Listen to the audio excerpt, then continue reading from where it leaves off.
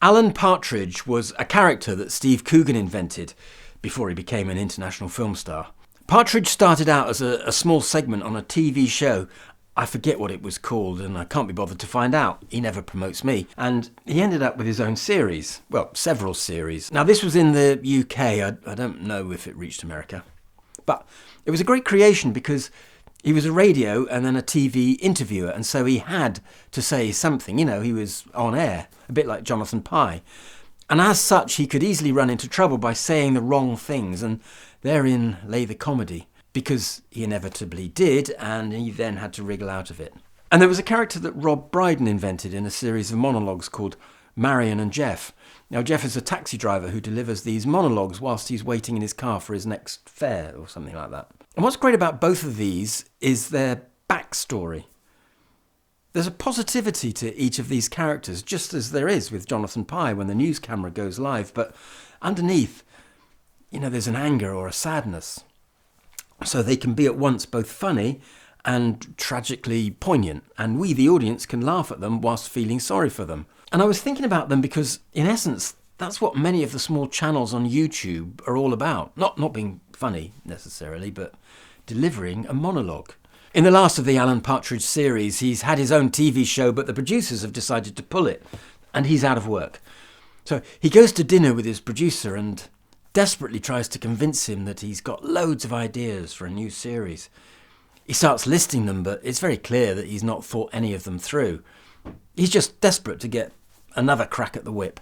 And I say this because I think that's where you need to be when you're searching for ideas for your videos. Free thinking. You need to allow yourself to start thinking freely about anything.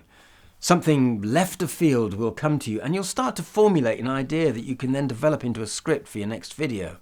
It isn't necessary for everyone to do. For example, if you're Jen Jager, and I very much doubt that you are, you know that your next video will be about Final Cut Pro. You have your niche and it's fixed. But free thinking, I believe, is vital, especially when you're starting out. You just have to let your mind wander, and when something occurs to you, jot it down as fast as you can, make sense of it as quickly as possible, and then make your way to that keyboard. You know, you can shape it, tidy it up later, and you'll need to get to the core of what your message is, but the very best ideas come to me when I'm thinking of something else entirely. Be careful though. Ideas can come to you when somebody you're with says something that triggers a thought. Now you may have to jot that down as soon as they say it, even if it's not convenient to rummage in your bag in search of a notebook or jot it down on your phone. And if you're driving when the thought comes to you, it's illegal to write down. You just have to say to one of your passengers, could you just jot something down for me, please? A kangaroo at a football match. Yeah, I'll explain later, just write it down. Often your ideas will come to you in the middle of the night, and again, it's a good plan to have a notebook and a pen at the ready.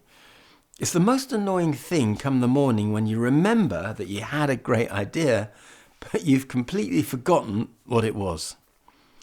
And you know those times when, let's say, you may have had a bit too much to drink, or if you don't drink, then someone else has had too much to drink, and they say to you, "Here's a great idea." You know that it probably isn't a great idea, but take it on board and just see where it leads. The next day, you may think it rubbish, but you never know. Anything can lead to something.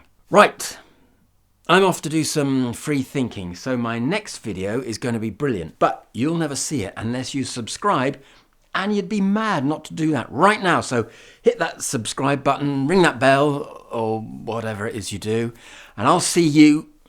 Hang on though, I've just had a brilliant idea for my next video. Right. Where's my notebook?